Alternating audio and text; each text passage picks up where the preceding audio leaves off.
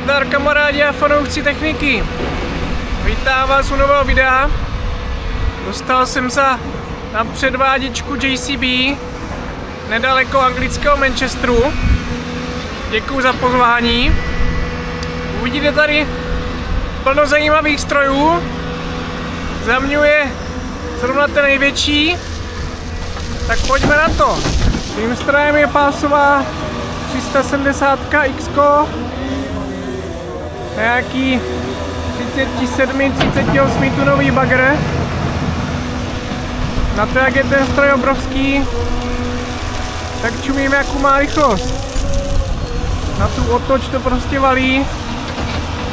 Sedí v něm zkušený strojník, kterého v další části videa taky ještě uvidíte. Určitě ho poznáte. Takže je vidět, že moc dobře ví, co s tím má dělat. Samozřejmě těch strojů je tady ještě víc. Vzadu je pásová 145, 40X traktor bagr. Tam obrovské množství různých bagříků a traktor bagrů. Obrovské lákadlo je tady traktor bagr, myslím, že to bylo 30X, které je poháněné vodíkem. K tomu se taky v další části videa dostaneme.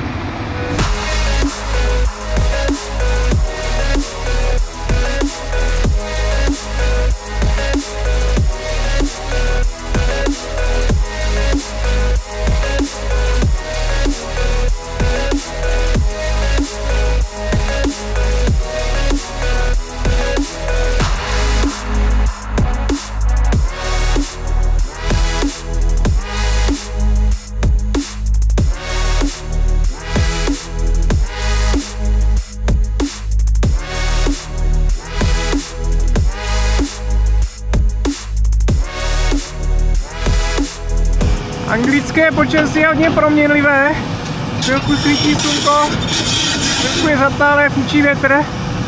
Teďka nám to zrovna krásně vyšlo, že chvilinku svítí. Ta žlutá v tom krásně vynikne. Předváděčka je uspořádána tady v lokalitě lomu, který v podstatě vlastní JCBčko, takže není tady normální provoz, ale mají tady udělané takovou demo plochu. Jakože čumím, hodně pěkně zorganizované. Po tom největším tady máme menší kousek, 245. Je zajímavé tady u těch anglických strojů, oni mají vždycky vzadu na prdeli udělané takové ochranné zábradlí. To je k tomu, když strojník leze dělat něco se strojem, tak aby v podstatě bylo zabráněné tomu, aby spadl. Což je takové specifikum tady v Anglii. Pokud vím, tak nikde v Evropě nic takového neuvidíme. Řeknu vám, po 5 minutách bagrování jsem se do toho zase dostal. To je jak jezdění na kole, to se nezapomíná. Tady vidíme pěkně pohled na zbytek toho areálu. Jak už jsem říkal, techniky je tam hodně. My jsme tady rozděleni do skupinek. Je tady udělaných asi 4 nebo 5 stanovišť, takže to postupně obcházáme. No ještě vám tady dám takovou vsuvku. Byli jsme se podívat i do místního muzea a výroby. Pojďte se na to podívat. Pohled na VIP Visitor Center s vystavenýma zajímavýma strojama. Zelený manipulátor někde od formulí. Tady traktor bagry. Tady v takovém historickém zbarvení. Plus tady upravený speciálek na závodění. Mašina vyladěná do detailů. Tady vzadu to má ještě hák na připojení vleku. Jakože vypadá to pěkně, ale na stavbě bych tomu dal tak týden. Rok 1953 a první vyrobený traktor bagr. To teda nezbývá než obdivovat, jo? Tady ten systém třeba natáčení ramena přes ozubené kolo, posunováním hydrauliky.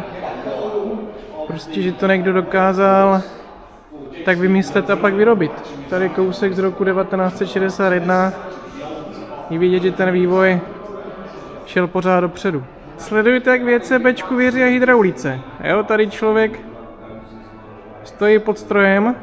Kubo SK, samozřejmě ho všichni poznáváte, že jo? A ten stroj tady prostě takto drží zdvihlý na radlici na podkopu. Práve som sa pýtal, že ako je možné, že to stále takto drží, že či veria tej hydraulike, alebo nejak špeciálne vymyslené. A že v Piestoch sú nejaké špeciálne zámky, ktoré to takto držia, aby to nespadlo. Není možné, aby to sama hydraulika držala tu celý čas takto v jednej polohe. No, tak teď si to prozradil, ty vole, to je... V roce 1972 Gisbo vymyslel jako první na světě pásový nakladač. Bohužel chlapci si ho zapomněli patentovat, pak to převzali jiní výrobci, úplně se to přestalo vyrábět, ale to jsem teda vůbec nevěděl, že JCB dělalo i takovéto stroje. 3CX, traktor bagger, který už asi všichni znáte, poznáváte tady v krásném britském zbarvení ve středu expozice. To se povedlo, to je hodně pěkné. K miliontému vyrobenému traktor bagru. Tak si to tady pár lidí fotí a točí. Taková jako výjimečná věc, že? Stroj je podepsaný samotným panem Bamfordem, majitelem značky JCB. Takže tady ten design zajímavé. To samozřejmě do akce nikdy nepůjde, je to tady vystavené jako muzejní kousek. 4CX Sidemaster. Takže od roku 1945 je to, jak už jsme říkali, miliontý vyrobený kus. Vždycky hledej lepší cestu. To se mi líbí. Prohlídka výroby je za náma. Pojďme zpátky do lomu.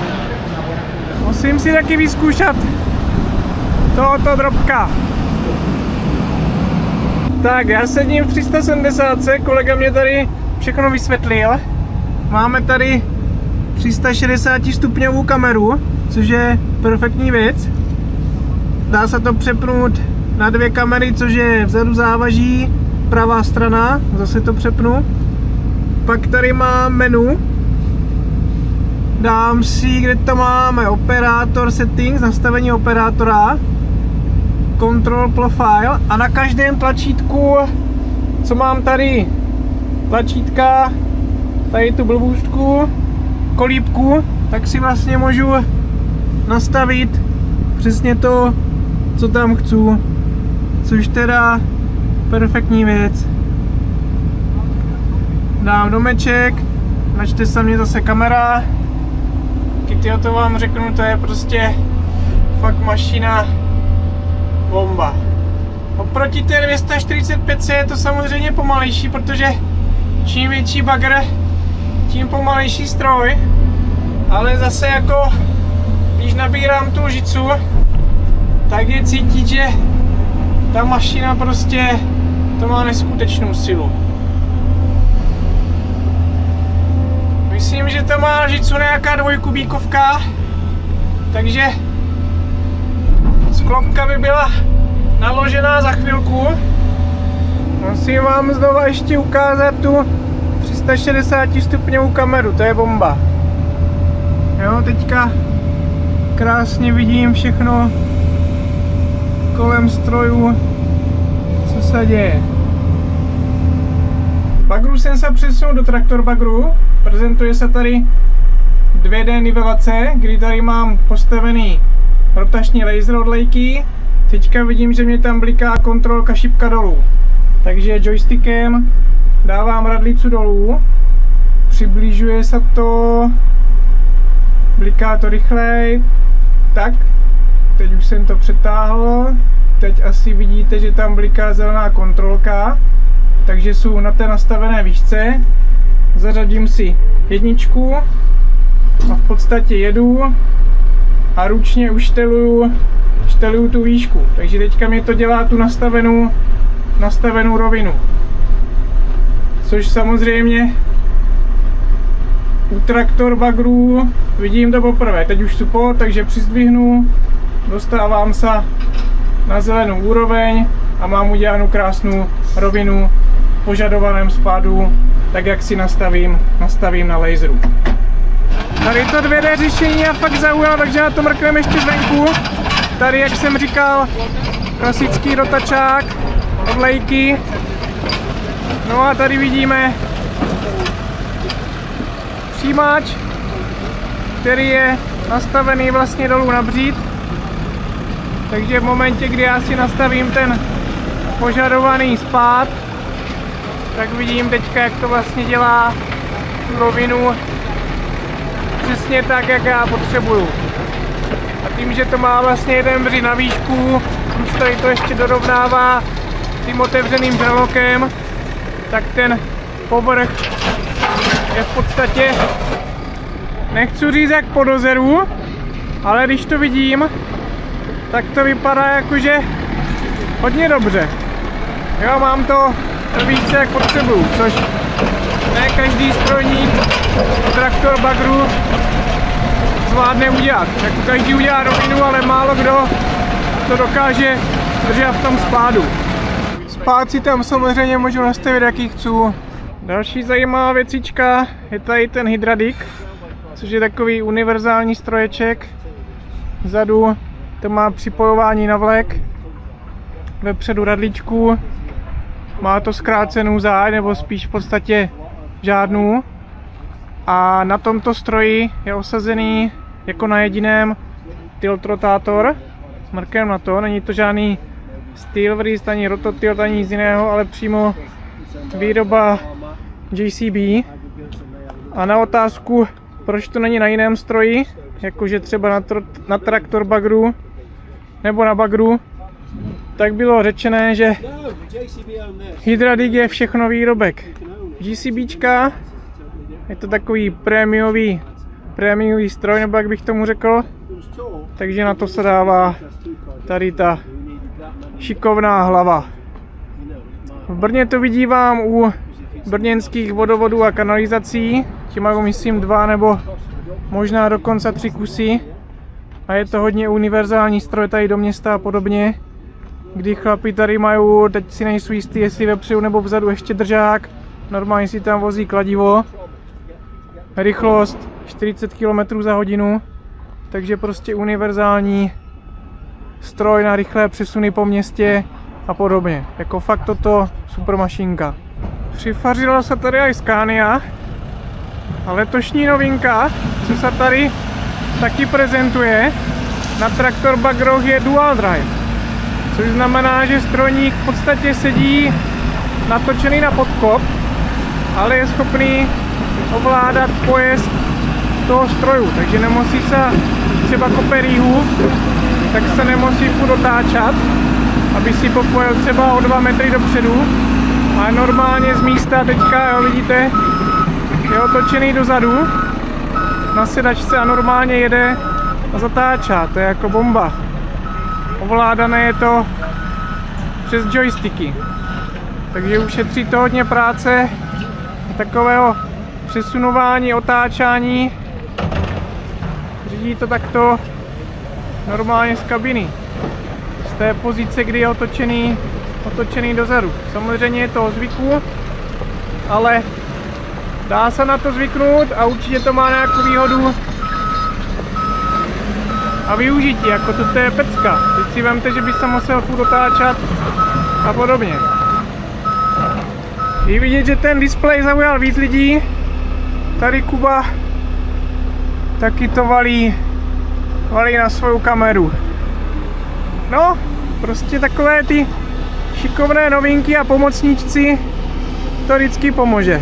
Tady se prezentují elektronické joysticky, kdy vlastně zároveň může dělat ramenem a radlicu vepředu. Manipuluje tady s tím taková šikovná kočka, takže se na to pěkně dívá i zvenku. A i obsazení kabiny je celkem zajímavé, vám řeknu popravdě. Manželka jistě odpustí. Jo, takže stroj se takto zdvihne a vidíme, že zároveň dělá vlastně pohyb předkem a pohyb zadkem. Perfektní. To se hodí určitě, když stroj třeba někde zapadne, tak aby se z toho dostal ven. Plus se tady samozřejmě prezentuje nějaká funkce hydraulického systému. Tady mě zaujalo na 100, radlička dokonce naklápěcí doprava doleva. Takže uprostřed to má jeden čep, 2 písnice a v podstatě z toho mám takový, nechci říct buldozer, ale má to určitě lepší využití, než jenom když to hrne čistě dopředu, plus gumové pásy, takže na práci ve městě ideální řešení.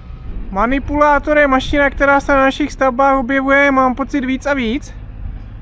Tady nemá vidle, nemá lopatu, ale má tam v podstatě naviják, takže na stavbě se to používá na jeřábování a je to určitě lepší, než tam mít klasickou Tatru, nějakou 20, AD20, AD28, ty mají samozřejmě vyšší nosnost, ale toto se prostě během pár vteřin odpatkuje, zapatkuje, přejede kde je potřeba a pokračuje v práci.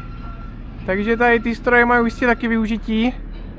Jako GCBčko tady v podstatě prezentuje, mám pocit, kromě finisherů a graderů, úplně všechno. Traktor bagry, mini bagr, válec, mini dempřík, vzadu je velký demper. No a tady se dostáváme k dalšímu zajímavému lákadlu, což je traktor bagr na vodík. Co jsou překvapený, tak mají tady i stroje pro děti. Což je tady ten mini manipulátorek. Tady nějaké kopátka, no a tady krásný elektrický, co to bude, 2,5 tunka malé kopátko. Takže elektrika taky frčí. Co vás u tohoto stroju na první pohled zaujme, tak je na kabině, což jsou nádrže na ten stlačený vodík. Jsou tam 3 nádrže na 350 barů. Tankuje se to tady normálně přes dířku. Jo, tady to napojím a natlačí se to nahoru do kabiny. V Anglii už je to normálně schválené na provoz, už to jezdilo kolem Londýna dokola, aby se to nějak prezentovalo. Jinak už je to dovezené i v Rakousku, kde je to taky v testovacím provozu a vyhodnocuje se to. Chlapi údajně jsou s tím v podstatě relativně spokojení, se dá říct. Takže JCB šlo cestu elektriky, ale zároveň využívá i ten vodík, což plno výrobců taky se snaží do toho šlapat. Například Tatra, ta dělá vodíkové auta. Vím, že ještě i další výrobci, jakože stavebních strojů, to prezentují. Nebudu to teďka říkat, protože tady prezentujeme Gisbo, ale samozřejmě je to k vidění i jinde.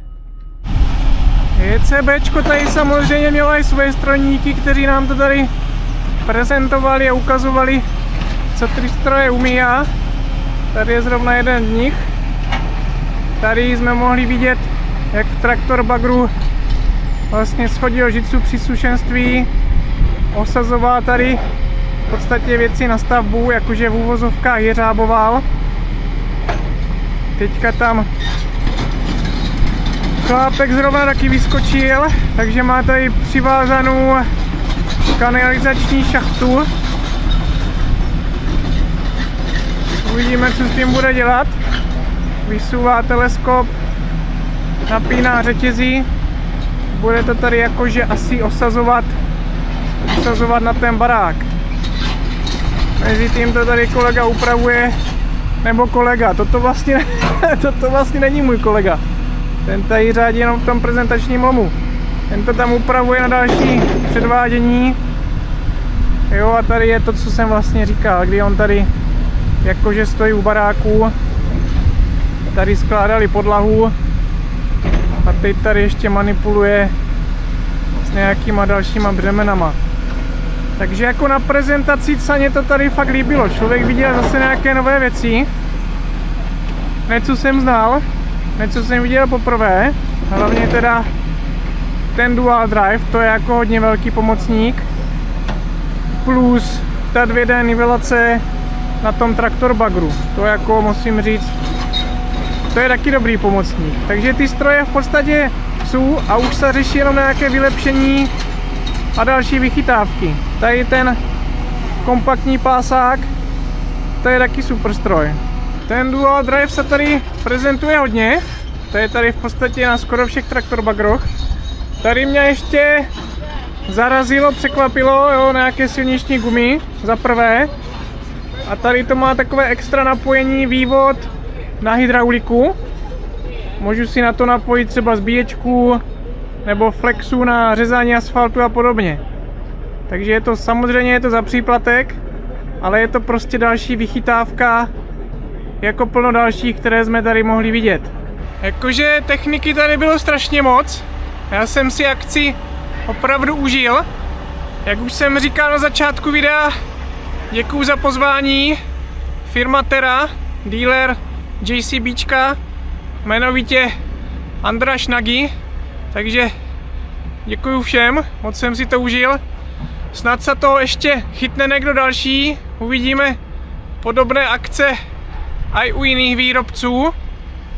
No a jestli vás něco zajímá, pište dolů do komentářů. Já vám samozřejmě rád odpovím, případně info nebo otázky, odpovědi zjistím.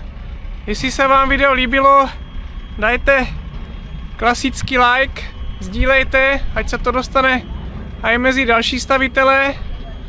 No a mějte se pěkně, ať to fičí z pohraničí.